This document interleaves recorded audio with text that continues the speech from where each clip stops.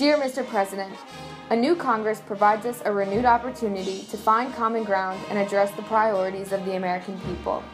Our actions must be driven by their desire for freedom, economic recovery, and fiscal sensibility, as well as a need to rebuild the broken bonds of trust between the people and their government. Recent events have reminded us of the imperfect nature of our representative democracy, but also how much we cherish the ideal that our government exists to serve the people. Even in the wake of tragedy, we must never waver from our obligation to carry out their will and provide solutions to keep moving our nation forward. As many great challenges lie ahead for our nation, we welcome an opportunity to hear your proposals. Therefore, I am honored to invite you to offer an address on the State of the Union on January 25, 2015, before a joint session of Congress. Thank you for your consideration, and I look forward to your response. Sincerely, John Boehner. Hello, Mr. President. Hello, Mr. Keenan. I hope your Thanksgiving went well. I've just received the letter from the Speaker of the House officially inviting me to address Congress on the State of the Union. So it's time to get working. Well, thank you for allowing me and Ms. Garrett to help you prepare for your annual State of the Union address. What the State of the Union is an annual report from the President addressing Congress on the current state of the country. It is a time in which he can address the entire country as a whole. It is a very important time in our political calendar. What's important about the State of the Union is it is one of the few times in the year where all three branches of government are under one roof. It is also one of the few times during the year where the President can directly address the American people. We've recently met with some of the department heads in policy meeting, and in both of our opinions, the main issues of this speech are focused on the state of the economy, dependence on foreign oil, the working class, taxes, health insurance, and cyber attacks. I agree with that. Let's start with the basics. We can go more in depth as we begin to have more policy meetings in the coming months. Overall, I think we should remember that you must strive to reach your three audiences. The elites and the partisan grassroots have a good grasp on the state of our economy. It is the publics and their vast set of interests that we must strive to serve. Department heads and Mr. Keenan agreed to the idea of appealing to the people. Yes, focusing on problems of the American people is always one of my goals. The State of the Union, as stated in Section 3, Article 2, is a fundamental aspect of our country. The actual text states, "He shall from time to time give to Congress information of the State of the Union, and recommend to their consideration such measures as he shall judge necessary and expedient."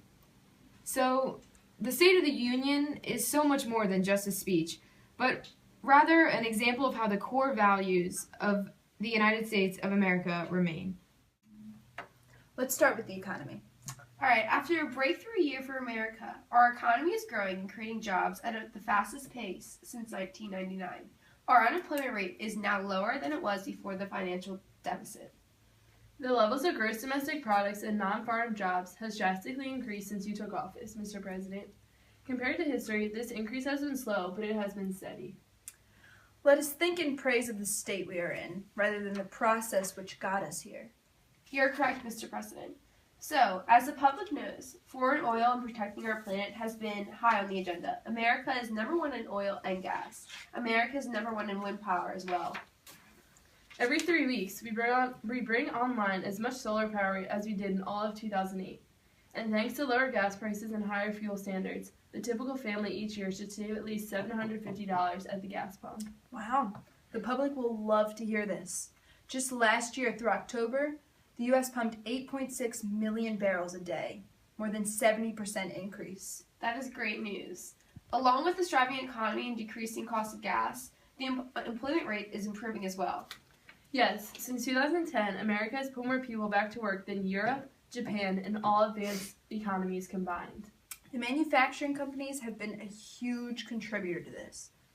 Right, our manufacturers have added almost 800,000 new jobs. Various manufacturers, especially in the auto industry, are booming. Along with manufacturers, other companies such as Google, eBay, and Tesla are creating jobs that did not even exist 10 or 20 years ago. The President really does have an input into the speech. Since Woodrow Wilson, speeches have gone from being written to being a televised, highly anticipated event. It is of utmost importance because it is one of the only few times where the President addresses the Congress and the country. The speech is not only the State of the Union, but also what he plans to do in the future. The input of the President is truly demanded for what makes the speech his own. I want to mention more about how I hold the members of the Union, especially those in the middle class, in such high regards. As always, sir, that is why I thought we should mention the need to inconsistencies that result in inequality by allowing the top 1% to avoid paying taxes on their accumulated wealth. This money can be used to help families to pay for childcare and send their kids to college. We need a tax code that truly helps working Americans trying to get a leg up on the new economy, and we can achieve that together. Also, in the past year alone, about 10 million uninsured Americans finally gained the security of health coverage. We can't put the security of families at risk by taking away their health insurances. On the other hand, I urge this Congress to finally pass the legislation we need to better meet the evolving threat of cyber attacks.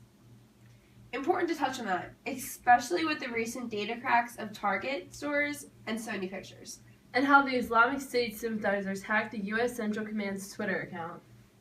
So in conclusion, it seems that our nation is already in a steady state that will continue to prosper. I think we're all in agreement here. Is there anything else you would like to add, Mr. President? No, that is all. We will each begin to draft versions of the speech individually. Mr. Keenan, please send me your first draft as soon as possible. Despite it being late November, the next 2 months will go by quickly, and we have a lot of adding and editing to do. So once the policy meetings are over and my staff and I have laid out the topics we want to touch on, it becomes time for my director of speechwriting and I to begin the process of writing the actual speech. Mr. Keenan will start by writing a first draft, and which will be sent to me. I'll make my changes and I'll send it back.